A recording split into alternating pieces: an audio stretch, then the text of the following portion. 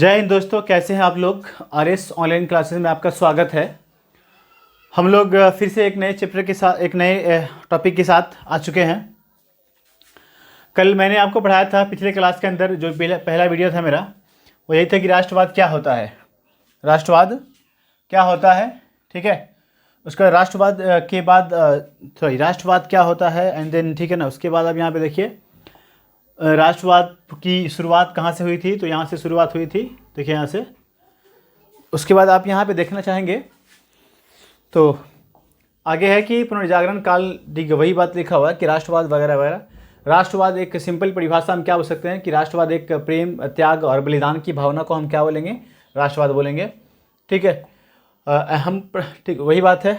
अब ये बुक की परिभाषा है कि राष्ट्रवाद एक ऐसी भौगोलिक, सामाजिक, सांस्कृतिक, धार्मिक, जातीय, ठीक है, क्षेत्र में रहने वाले लोगों के बीच में एकता पैदा करती है। तो इसे हम क्या बोलेंगे, ठीक है, इसे हम क्या बोलेंगे, इसे हम राष्ट्रवाद बोलेंगे। इसे क्या बोलेंगे हम लोग, राष्ट्रवाद बोलेंगे, ठीक है।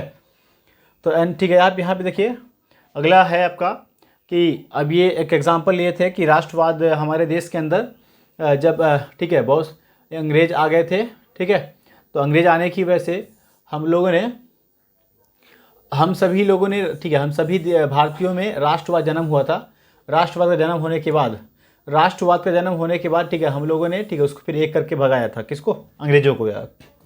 अगला सवाल है आपका, अगला है आपका, ये देखिए मैंने कुछ ऐसा पढ़ाया था आपको कि फ्रांसीसी क्रांति 1789 में हुई थी, ठीक है। और 1804 से 1815 में नेपोलियन बोनापार्ट राजा बने थे। उसके बाद ये खाका तैयार किया था मैंने, और बताया था कि नेपोलियन बोनापार्ट कौन है यार। नेपोलियन बोनापार्ट कौन थे, उन्होंने एक जीत कर पूरे यूरोप पर जीत लिया था, ठीक है। जीतने के बाद उन्होंने एक संविधान लागू किया। संविधान को नेपोलियन कोड बोलेंगे। उस कोड के माध्यम से लोगों के अंदर विशेषाधिकार को ख़त्म कर दिया। कानून को बराबर लागू किया गया और सभी लोग कानून के सामने बराबर हो गए। शिक्षा का अधिकार दिया गया, शिक्षा में सुधार किया गया, बहुत सारी बातें। और इससे क्या होता है, नेपोलियन बोनापार्ट देश का मतलब जहाँ जहाँ भी जाते हैं वहाँ देश के हीरो बन जाते हैं। और उसमें, ठीक है, नेपोलियन बोनापार्ट को सपोर्ट मिलता है, ठीक है। तो ये बात आप पढ़ चुके हैं यहाँ, ठीक है। अब यहाँ पे जो हम नए लेक्चर, ठीक है, नया हम लोग शुरुआत करेंगे, आगे से शुरुआत करेंगे, ठीक है। एग्जैक्टली हम शुरुआत यहाँ से करेंगे। देखिए इसका हम एक ठीक है चार्ट बनाए हैं, हाँ, कि आप यहाँ पे देखिए फिर वही बात जैसा हम पीछे गए थे। अब इससे पहले आपको पढ़ना पड़ेगा, ठीक है, कब 1789 में एक क्रांति हुई थी। 1789 में एक क्रांति हुई थी, ठीक है। 1789 में क्या हुआ था, क्रांति हुआ था। तो कहाँ, फ्रांस की क्रांति हुई थी या कहाँ हुई थी या, तो फ्रांस की एक क्रांति हुई थी। क्या हुई थी, फ्रांस की एक क्रांति हुई थी। तो ये देखेंगे हम लोग। उसके बाद 1804 में नेपोलियन बोनापार्ट राजा बनते हैं। 1815 में ये हार क्या होती है, इनकी हार हो जाती है। क्या होती है, इनकी हार हो जाती है, ठीक है। और इनकी हार होने के बाद, ठीक है, इनकी हार होती है। तो उसके बाद यहाँ पे एक वियना संधि होता है। क्या होता है, वियना संधि, आगे हम आगे देखेंगे यार। 1815 से लेकर 1824 तक कौन है, लुई फिलिप, कौन राजा बनेंगे। तो 1815 के बाद जो, ठीक है ना, वियना संधि होगा। और वियना संधि होने के बाद 1815 में लुई फिलिप राजा बनेंगे। क्या बनेंगे, वो लुई फिलिप राजा बनेंगे।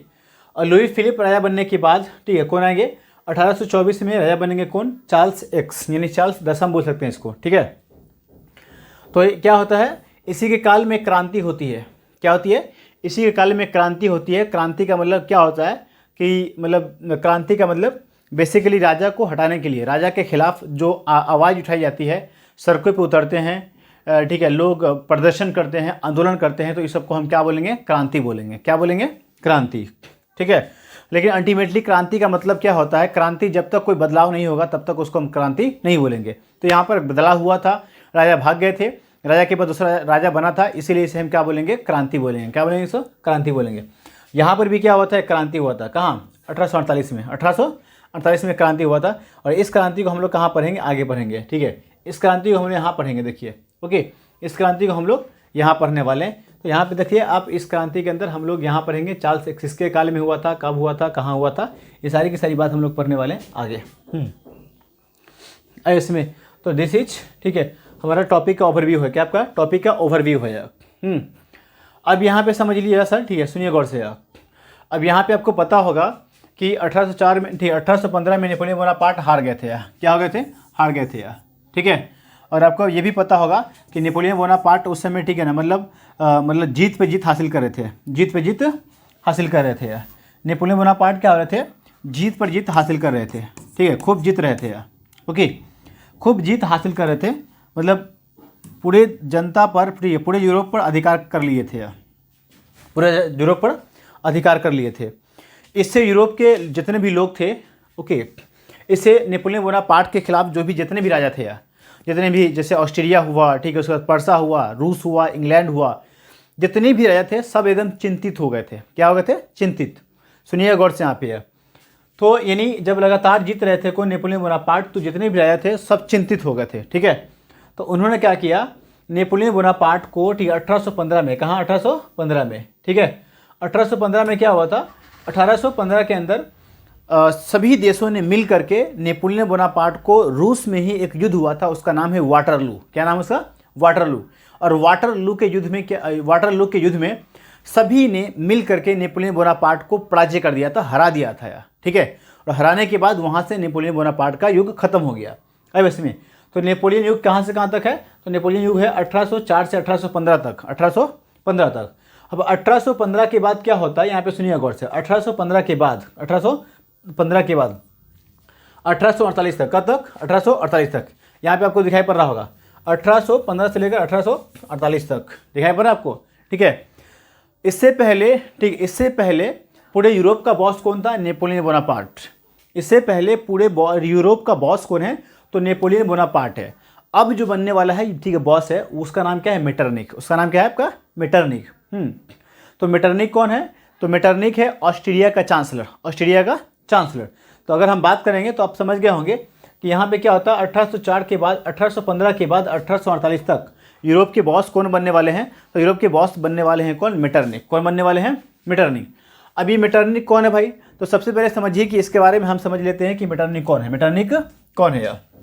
ओके, देखिए, मेटरनिक है ऑस्ट्रिया का चांसलर। ओके, मेटरनिक कौन है? ऑस्ट्रिया का चांसलर। ये कौन है? ये ऑस्ट्रिया का चांसलर है, ठीक है। ये क्या है? मेटरनिक है ऑस्ट्रिया का चांसलर। ये है ऑस्ट्रिया का चांसलर। क्या है? ऑस्ट्रिया का चांसलर, ठीक है। ये क्या है? ऑस्ट्रिया का चांसलर है। ये क्या है? ऑस्ट्रिया का चांसलर है, ठीक है, ऑस्ट्रिया का चांसलर। और क्या है? तो भैया देखिए, ये ना ठीक है, ये क्या है आपका? ये है निरंकुश। क्या है आपका? निरंकुश। ये है निरंकुश राजा है। कौन राजा है? निरंकुश राजा है, ठीक है। और क्या है? तो प्रतिक्रियावादी है। क्या है ये? प्रतिक्रियावादी है। और क्या है? प्रतिक्रियावादी, इसको हम बोल सकते हैं। और क्या ये? प्रतिक्रियावादी है, ठीक है। उसके बाद ये क्या है? इसको हम बोल सकते हैं, ठीक है ना, क्या बोल सकते हैं इसको? राजतंत्र का समर्थक। राजतंत्र का समर्थक, इसको हम क्या बोलेंगे? राजतंत्र का समर्थक बोलेंगे। इसे हम क्या बोलेंगे? राजतंत्र का समर्थक बोलेंगे, ठीक है। और अगला हम क्या बोल सकते हैं इसको? लोकतंत्र का विरोधी। लोकतंत्र का विरोधी, इसको हम क्या बोल सकते हैं? लोकतंत्र का विरोधी बोलेंगे। हम क्या बोलेंगे? लोकतंत्र का विरोधी बोलेंगे। आई बस में, तो इस क्या है? लोकतंत्र का विरोधी है। तो सवाल बनता है कि मेटरनिक कौन है? मेटरनिक कौन है, ठीक है। सवाल बनता है कि मेटरनिक कौन है।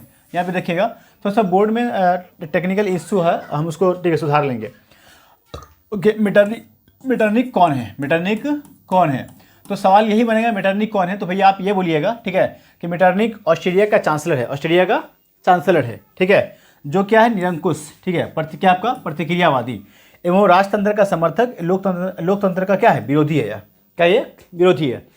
और यह, ठीक है, जाहिर सी बात है, जब ये, ओके, तो अब ये क्या चाहता है, ठीक है ना, ये क्या चाहता है, मतलब मेटरनिक इतना गंदा आदमी था, इतना बेकार आदमी था, मतलब बेकार से बेकार आदमी को हम क्या बोल सकते हैं? मेटरनिक बोल सकते हैं यार, ठीक है।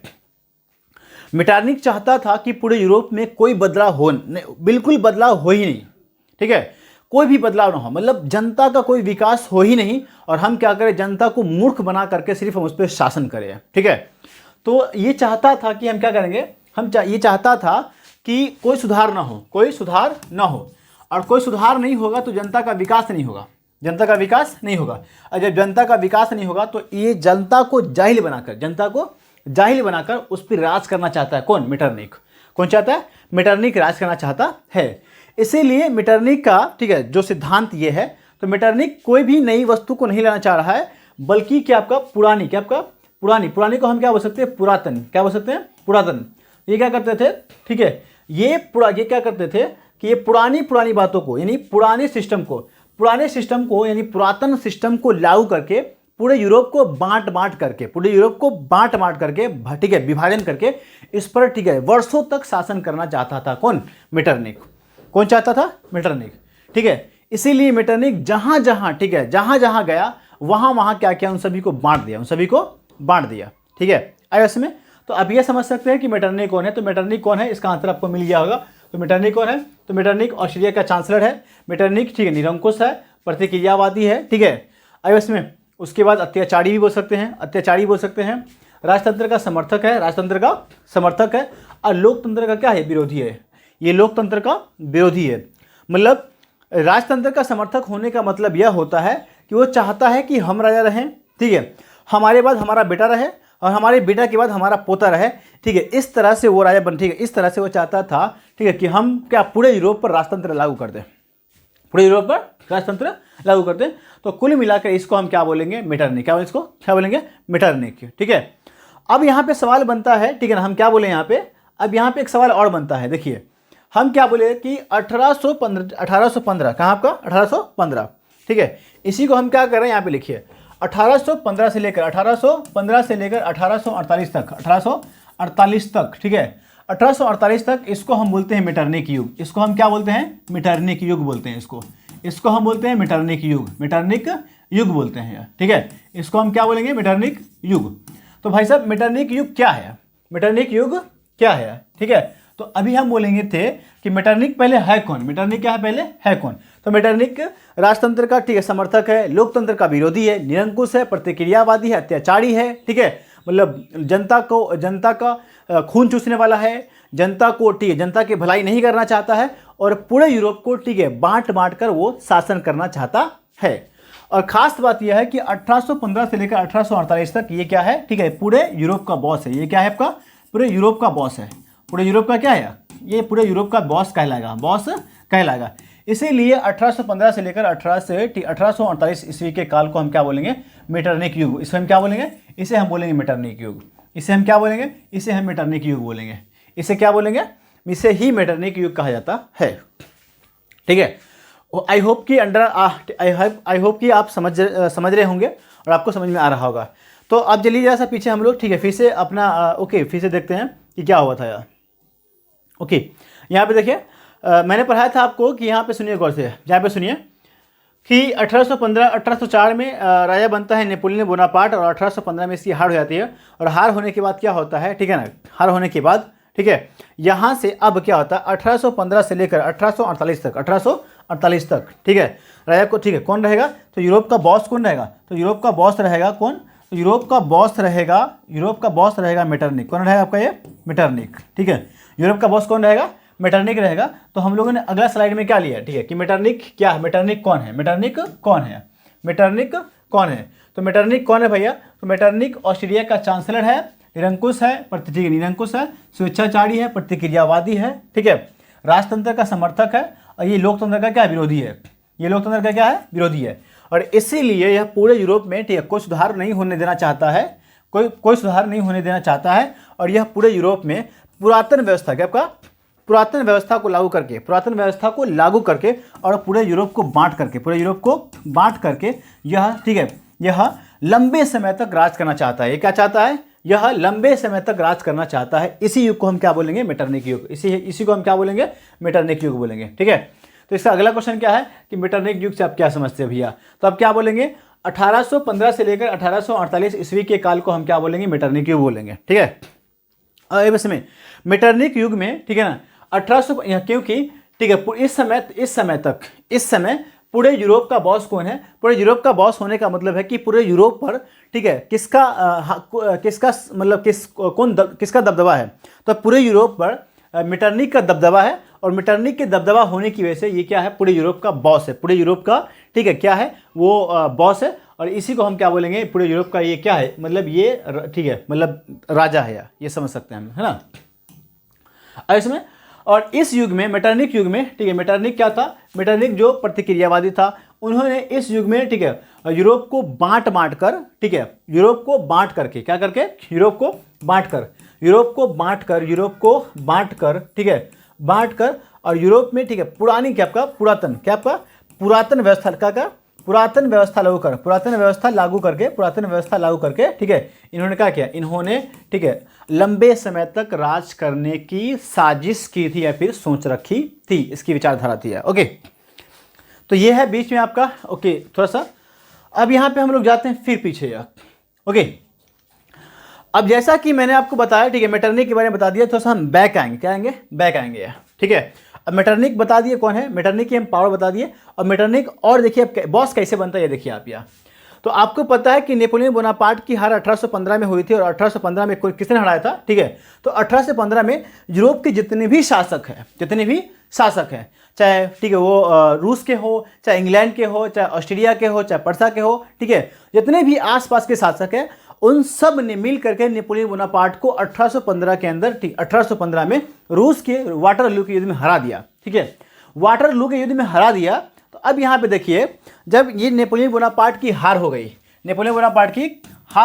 ठीक है, सुनिए गौर से, जब हार हो गई तो इसके बाद क्या होता है, इसके बाद जितने भी, ठीक है, देशों ने मिलकर इसको हराया था, किसने, देशों ने, ठीक है, जितने भी देशों ने मिलकर इसको हराया था, वो सभी क्या करते हैं, देश आकर, ठीक है, वो देश आकर, ठीक है, इसमें कौन हो सकता है, तो इसमें इंग्लैंड, कौन आपका है, इंग्लैंड हो सकते हैं, इंग्लैंड है, ठीक है, उसके बाद रूस है, क्या आपका रूस है, ऑस्ट्रेलिया है, ठीक है, ऑस्ट्रेलिया है, ठीक है, उसके बाद पर्सा है, क्या आपका है, पर्सा है, और उसके आसपास जितने भी क्या होते हैं, कंट्री होते हैं, क्या होते हैं, जितने भी कंट्री होते हैं, सब क्या होते हैं इसमें, ठीक है, पार्टिसिपेट लेते हैं, भाग लेते हैं। और बीच में बैठा है कौन, तो बीच में बैठा है मेटरनिक। कौन बैठा है, इसका नाम है मेटरनिक, इसका नाम क्या है, मेटरनिक, ठीक है, इसका नाम क्या है, मेटरनिक। मतलब मेटरनिक क्या है, मेटरनिक क्या है, यहाँ पर बैठा हुआ है। ओके, आयो इसमें मेटरनिक क्या है यहाँ पे, सुनिए गौर से। तो ये क्या किया, सभी देश आ करके, ठीक है, एक क्या सम्मेलन किया, एक मीटिंग किया, ठीक है, कहाँ, तो ये मीटिंग कहाँ किया, तो ये मीटिंग किया था ऑस्ट्रेलिया की राजधानी वियना। कहाँ किया था ये ऑस्ट्रेलिया की राजधानी वियना में। कहाँ किया था ये, ऑस्ट्रेलिया की राजधानी वियना में क्या किया था, एक संधि किया था। तो इस संधि को हम क्या बोलेंगे, इस संधि को हम बोलेंगे वियना की संधि। इसे हम क्या बोलेंगे, इसे हम बोलेंगे वियना की संधि। इसे हम क्या बोलेंगे, इसे हम बोलेंगे वियना की संधि। इसे हम क्या बोलेंगे, वियना की संधि बोलेंगे। इसे हम क्या बोलेंगे, वियना की संधि इसे बोलेंगे, ठीक है। आइए इसमें वियना की संधि हम लोग इसे बोलेंगे। तो अब यहाँ पे समझिए कि आप पीछे बैकग्राउंड देखिए, नेपोलियन बोनापार्ट हारने के बाद जितने भी देशों ने उसको मिलकर हराया था, उन सभी देशों ने क्या किया, मिल करके आकर एक मीटिंग किया, एक सम्मेलन किया, एक संधि किया।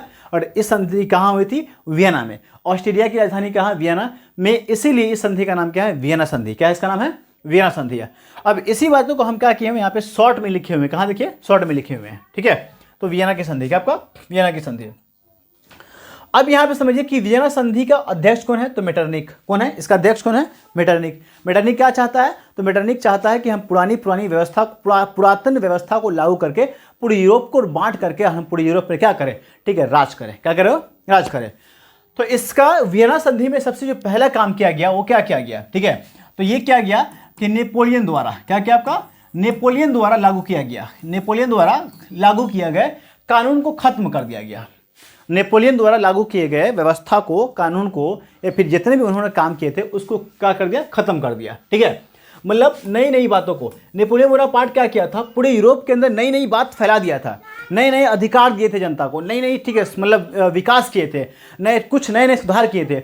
उन सभी बातों को खत्म कर दिया गया, ठीक है। और वही पुरानी घिसी पिटी, ठीक है, वही पुरातन व्यवस्था को, ठीक है, क्या किया गया, वही पुरातन व्यवस्था को पूरे यूरोप में लागू कर दिया गया, पूरे यूरोप में लागू कर दिया गया, पूरे यूरोप में लागू कर दिया गया। तो सवाल बनता है कि वियना की संधि कब हुई थी।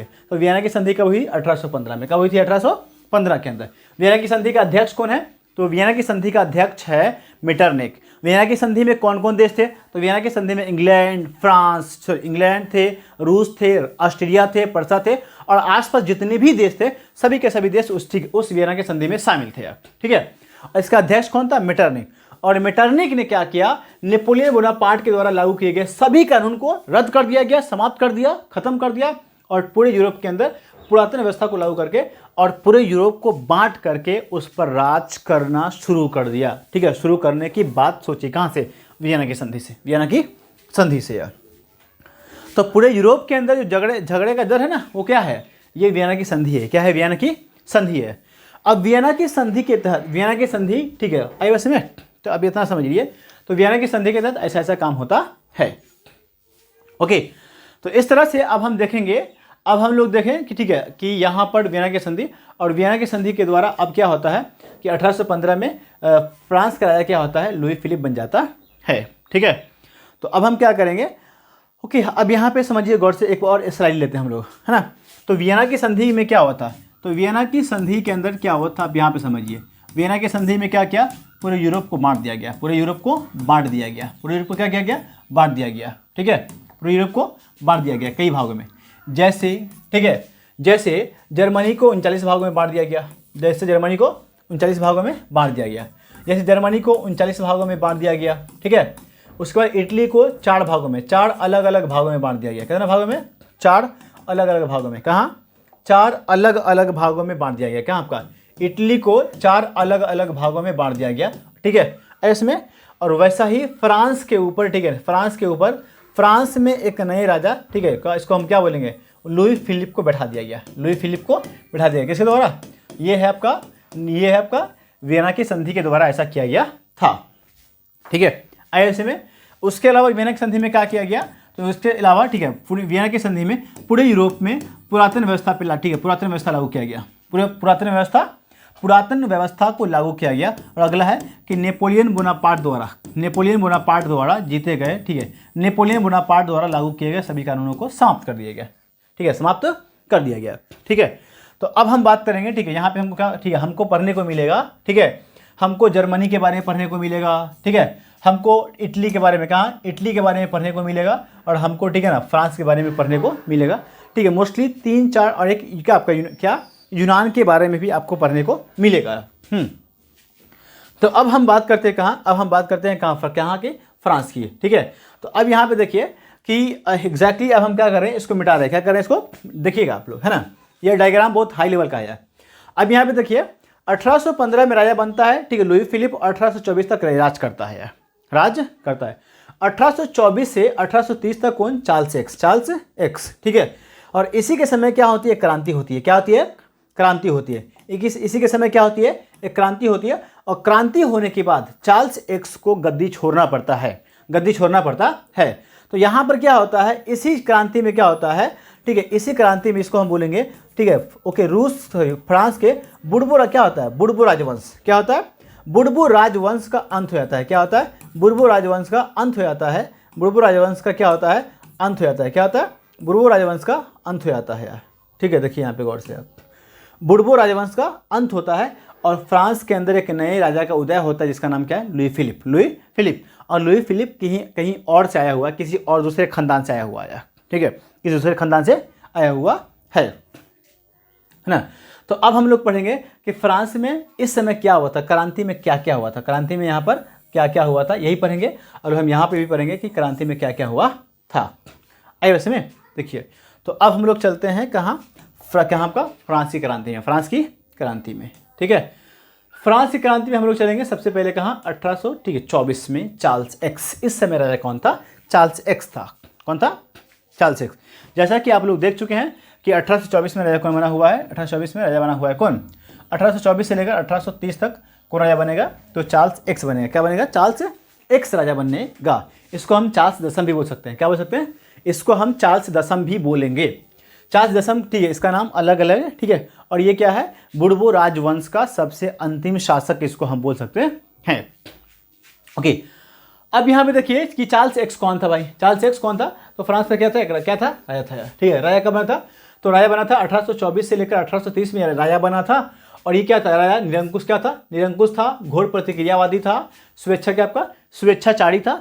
स्वेच्छाचारी का मतलब अपनी इच्छा, मतलब अपनी हमेशा मर्जी चलाना, अपनी मर्जी को हमेशा चलाना, इसको हम क्या बोलेंगे, स्वेच्छाचारी बोलेंगे। अत्याचारी का मतलब जनता पर अत्याचार करना, अत्याचारी था। आए इसमें अत्याचारी था यार। अब यहाँ पे समझिए, ठीक है, इन्होंने जब राजा बना, ठीक है, तो राजा बना तो क्या किया, इन्होंने फ्रांस के विशेषाधिकार किया, फ्रांस में कुछ लोगों को स्पेशल राइट दिया। क्या दिया, स्पेशल राइट दिया। ठीक है, वहाँ पे ना समानता के सिस्टम को खत्म कर दिया। ठीक है, जो लोग बराबर थे पहले नेपोलियन बोनापार्ट के काल में या फिर समय में, ठीक है, लोग सब बराबर थे, सब बराबर थे उसको ख़त्म कर दिया। क्या कर दिया? उसको ख़त्म कर दिया। यहाँ पे देखिए ठीक है, इसमें क्या किया? उसको ये ख़त्म कर दिया, उसको ये ख़त्म कर दिया और कोई सुधार किया ही नहीं, कोई सुधार किया ही नहीं है। उसके अलावा ठीक है, जनता की आज़ादी छीन ली, जनता की आज़ादी छीन ली। ठीक है, आए इसमें और ठीक है क्या क्या इन्होंने प्रेस पर क्या कहा? प्रेस पर ठीक है प्रतिबंध लगा दिया। क्या लगा दिया? प्रेस पर प्रतिबंध लगा दिया। ठीक है, भाषण पर प्रतिबंध लगा दिया और जनता के जितने भी अधिकार थे सभी अधिकारों को छीन लिया। ठीक है, जब सभी अधिकारों को छीन लिया तो इसका ठीक है इस चार्ल्स एक्स का होने लगा विरोध। क्या होने लगा? विरोध होने लगा। ठीक है, जनता एकदम ठीक है उतर गई, आक्रोश में आ गई। ठीक है कि ठीक है हम तुमको राजा बनाया है काहे के लिए? यही सब काम करने के लिए कि तुम बड़े बड़े आदमी को मतलब क्या करेगा? बड़े बड़े लोगों को अपने साथ रखेगा। ठीक है, किसान मजदूर को भगा देगा। ठीक है, जो छोटे मोटे किसान हैं उसका कोई वैल्यू नहीं होगा। ठीक है, सब लोग बराबर नहीं होंगे। मंत्री को ठीक है बहुत अधिकार मिलेगा और जनता को कोई अधिकार नहीं मिलेगा। तो ऐसा क्या हुआ? जनता ने इसका विरोध करने लगे। जनता इसका विरोध करने लगा। जब जनता इसका विरोध करने लगा तो ये प्रधानमंत्री क्या था? ठीक है, मतलब ये जो राजा था ना एकदम ठीक है बैल था। ओके, बैल का मतलब है कि एक तो यहाँ पे क्या जनता भड़क गई हुई है और जनता भड़क गई तो इसको पता नहीं है कि जनता क्या करने वाली है, जनता क्या करने वाली है। ठीक है, जरा सोचो कितना अंधविश्वास में डूबा रहा होगा या फिर इसका दिमाग कहाँ रहा होगा। ठीक है, कि जनता उधर भड़की हुई है, इसको कोई फर्क ही नहीं पड़ रहा है। ठीक है, अब ऐसे में क्या होता है उस समय एक ठीक है उस समय राजा क्या करता है? एक प्रधानमंत्री बनाता है यार। ठीक है, क्या करता है? उस समय अपना एक प्रधानमंत्री बनाता है, पॉलीगेनिक। क्या बनाता है? आपका पॉलीगेनिक। ठीक है, और ये पॉलीगेनिक क्या करता है? ये बहुत खतरनाक होता है। क्या होता है? खतरनाक। ठीक है, मतलब ये भी ओके, ये राजा भी क्या है? ठीक है, मतलब बैल है और ठीक है उसका जो प्रधानमंत्री वो भी बैले हुआ, वो वही बैले हुआ। ठीक है, तो जो हाल ठीक है जो हाल मुस का वही हाल मुस का। तो ठीक है, इन्होंने भी क्या किया? ओके, तो इन्हें राजा ने पॉलीगेनिक नामक व्यक्ति को अपना प्रधानमंत्री बनाया। ठीक है, वैसे में आप जब प्रधानमंत्री बनाया, सुनिए गौर से यहाँ पर। ओके, इन्होंने पॉलीगेनिक नामक व्यक्ति को प्रधानमंत्री बनाया।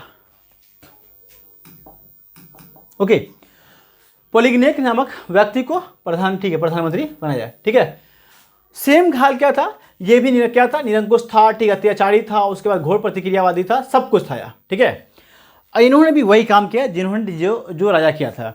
इसीलिए जनता ने ठीक है आम जनता ने इसका विरोध करना शुरू कर दिया।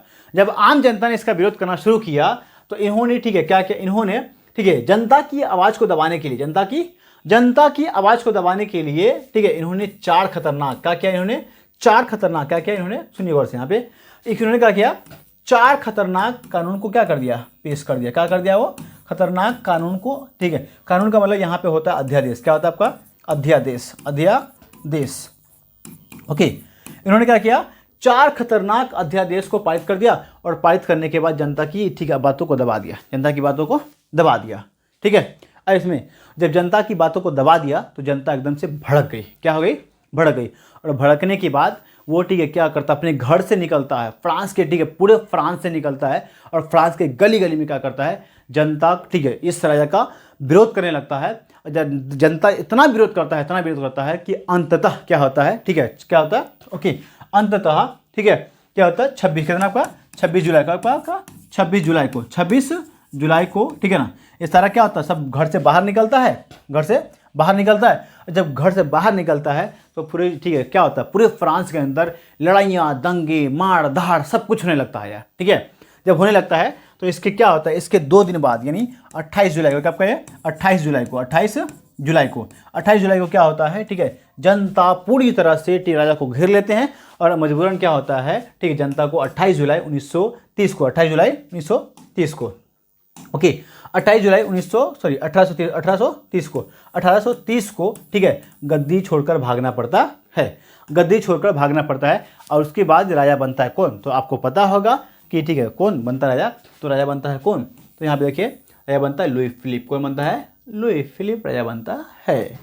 ठीक है, तो यह क्रांति इसको हम क्या बोलेंगे? इसको हम बोलेंगे 1830 ईस्वी की जुलाई क्रांति। इसे हम क्या बोलेंगे?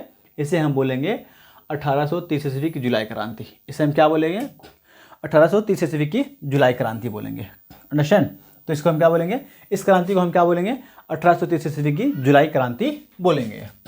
ठीक है, इसमें अब यहाँ पे क्या होता है? सुनिए गौर से यहाँ पे एग्जैक्टली ओके, अब यहाँ पे सुनिए फिर से चार्ल्स एक्स के बाद क्या होता है? ठीक है, हमारे फ्रांस का राजा कौन बनता है? Louis Philippe. कौन बनता है? Louis Philippe. ठीक है, तो 1830 तक, ठीक है, 1830 में राजा बनता है लुई फिलिप। और ठीक है, क्या होता है, मात्र 15 सालों के अंदर, 15 से ठीक है 18 सालों के अंदर फिर से क्या होती है, मतलब इतिहास दोहराती है। इतिहास फ्रांस के अंदर दोहराती है। ठीक है, और फ्रांस दोहराती है, सॉरी, इतिहास कैसे दोहराती है, तो आप यहाँ पे देखिए, अगला यहाँ पे स्लाइड देखिए। अगला स्लाइड ये है कि लुई फिलिप के समय क्या होती है? क्रांति होती है। क्या होती है? क्रांति होती है। इस क्रांति को बोलेंगे 1800, क्या बोलेंगे इसको? हम बोलेंगे 1848 ईस्वी की क्रांति। इसको हम क्या बोलेंगे? 1848 ईस्वी की क्रांति बोलेंगे। इसको हम क्या बोलेंगे?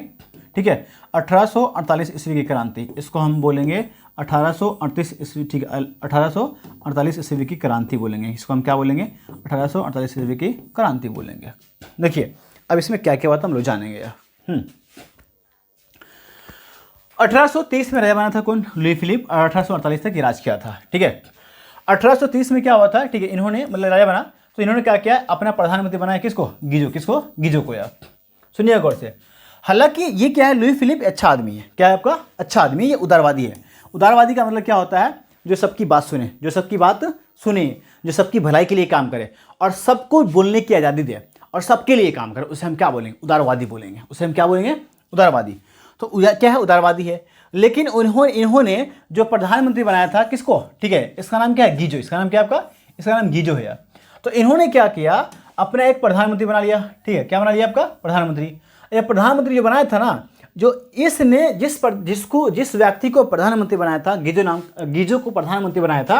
ओके, तो ये गीजो क्या है? ठीक है, ये निरंकुश है, प्रतिक्रियावादी है, ठीक है, अत्याचारी है और ये किसी भी तरह का विकास करना नहीं चाहता है। किसी भी तरह का विकास नहीं करना चाहता है, कोई सुधार करना चाहता ही नहीं है फ्रांस के अंदर। और जब फ्रांस के अंदर कुछ सुधार नहीं करना चाहता है तो इसके अंदर क्या हो गया? इसके देश में, फ्रांस में क्या हो गया? ठीक है, इस फ्रांस में, ठीक है, बेरोजगारी, भुखमरी, गरीबी, ठीक है, क्या होगी? जबरदस्त छा गई है। जबरदस्त छा गई। मतलब यहाँ पे देखिए, बेरोजगारी तो अलग चलने वाली बात है। ठीक है, बेरोजगारी हर देश में होती है, गरीबी भी हर देश में होती है। लेकिन जिस देश में भुखमरी आती है ना, वो भुखमरी बहुत खतरनाक होती है। वो क्या करती है? जो भूख, पेट की जो भूख है ना, वो क्या करती है? वो बड़ा ज्वाला बन के, ठीक है, आग बन के, ज्वाला बन के उभर कर सामने आती है। वही फ्रांस के अंदर हुआ। ये कहाँ हुआ? फ्रांस के अंदर। अब यह सोचिए कि अब ना यहाँ पे भुखमरी छा गई थी। भुखमरी, ठीक है, क्या है? भुखमरी। भुखमरी का मतलब लोग, जनता भूख से मर रहे थे। उनके पास पैसे इतने कम थे, खाने के लिए पाए नहीं थे और वो क्या कर रहे थे? भूख से मर रहे थे। अब सोचिए क्या होता है। ठीक है, अब कुछ लोग जो फ्रांस के लोग, पढ़े लिखे लोग थे, वो जनता, ठीक है, राजा को बोलते थे कि राजा, ठीक है, आपके ना देश में बहुत भुखमरी आ गया हुआ है। क्या आ गया हुआ? भुखमरी। तो राजा बोल रहे हैं, ठीक है, मतलब क्या भुखमरी? हमको नहीं पता भुखमरी क्या होता है यार। भुखमरी क्या होता है? जनता इतना मस्त घूम रही है, खा रही है, पी रही है, जबकि ऐसा कुछ था नहीं है। ठीक है, तो चुट्टा लुई फिलिप को पता चल, ठीक है, मतलब कुछ एहसास नहीं हो रहा था यार। ठीक है, उनको लग रहा था कि ठीक है, हम मतलब अपना काम बनता, बाहर में जाए जनता। ठीक है, ये क्या मस्त में मगन में सो रहे थे। ठीक है, पार्टियां चल रही है, ठीक है, दरबार के अंदर, ठीक है, मतलब यहाँ पे ऑर्केस्ट्रा हो रहा है, सब कुछ हो रहा है। ठीक है, ऐसे में, ठीक है, वहाँ की जनता, आम जनता है, वह भुखमरी की समस्या को पूरे फ्रांस के सामने लाने के लिए वो क्या करते हैं? ठीक है, पेरिस के अंदर एक विशाल भोज का आयोजन करते हैं। क्या करते हैं? पेरिस में एक विशाल भोज का आयोजन करते हैं। ठीक है, जैसे ही भोज की बात, ठीक है, सुनाई पड़ती है जनता के कानों में, पूरे पेरिस की जनता, ठीक है, टूट पड़ती है। मतलब एकदम, ठीक, खाने के लिए, यह सोचो, इतनी भुखमरी होती है, ठीक है, कि पूरी जनता, अब उनको लगता है कि यहाँ पे भोज है, पूरी जनता यहाँ पर आती है खाने के लिए। ठीक है, खाने के लिए आती है। जैसे ही पेरिस की ओर, भोज की ओर जाना चाहते हैं, पुलिस बोलते हैं, ठीक है, नहीं। राजा क्या करते हैं? उस भोज पर मना करवा देते हैं। ठीक है, अब जनता इतनी भूखी है, ठीक है, इतना मतलब भूखी थी। ओके, जैसे ही राजा ने इस भोज के लिए मना करवाया, ठीक है, जनता भड़क गई। जनता भड़क गई। ठीक है, जब जनता भड़क गई तो उसके कल होकर, ठीक है, जनता भड़क गई। अब एकदम जनता एकदम मूड में है यार। ठीक है, कि हमारा, ठीक है, इतनी भुखमरी है और एक भोज हो रहा है, उसमें भी हमको जाने की इजाज़त नहीं दे रहा है। ठीक है, उसके कल होकर जो जनता एकदम गुस्सानी हुई है, उसके कल होकर फ्रांस की सेना, ठीक है, फ्रांस की सेना ने उस पर क्या किया? फ्रांस की पुलिस ने उस पर गोली चला दिया। जब गोली चलाया तो जितने भी लोग मरे थे उस, ठीक है, क्रांति के अंदर, उसकी लाशों को लेकर जनता लोगों ने, ठीक है, पेरिस की गली गली में घूमने लगे यार। ओके, जब पेरिस की गली गली घूमने लगे, ठीक है। तो मतलब एकदम से सभी लोग फ्रांस के अंदर, ठीक है, एकदम लहर दौड़ गई, क्रांति की इतनी लहर दौड़ गई कि चारों तरफ से जनता ने क्या किया, राजा की महल को घेर लिया, राजा की महल को घेर लिया। और राजा, ठीक है, जब देखा कि मामला बहुत बिगड़ गया है, बहुत बिगड़ गया है, और ठीक है राजा के साथ कुछ भी हो सकता है, इसलिए जनता क्या किया, ठीक है, पतली गली से निकलकर भाग गया, पतली गली से निकलकर भाग गया।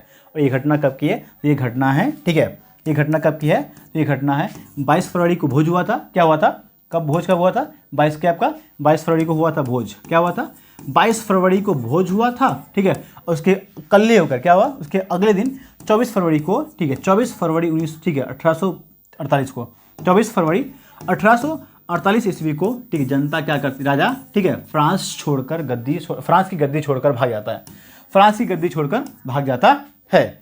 और उसके बाद राजा जो बनता है उसका नाम है नेपोलियन तृतीय, नेपोलियन तृतीय, ठीक है। ऐसे में तो उम्मीद है कि आपको समझ में आया होगा कि लुई फिलिप ने ऐसे क्या किया था, ठीक है ना। तो ये है, इसी को हम क्या बोलेंगे, फ्रांस की 1848 ईस्वी की क्रांति बोलेंगे। इसको हम क्या बोलेंगे, फ्रांस की 1848 ईस्वी की क्रांति बोलेंगे। उम्मीद करते हैं कि आज का लेक्चर आपको समझ में आया होगा, ठीक है। आज के लिए इतना ही, ठीक है। तब तक अपना रखिए ख्याल। जय हिंद।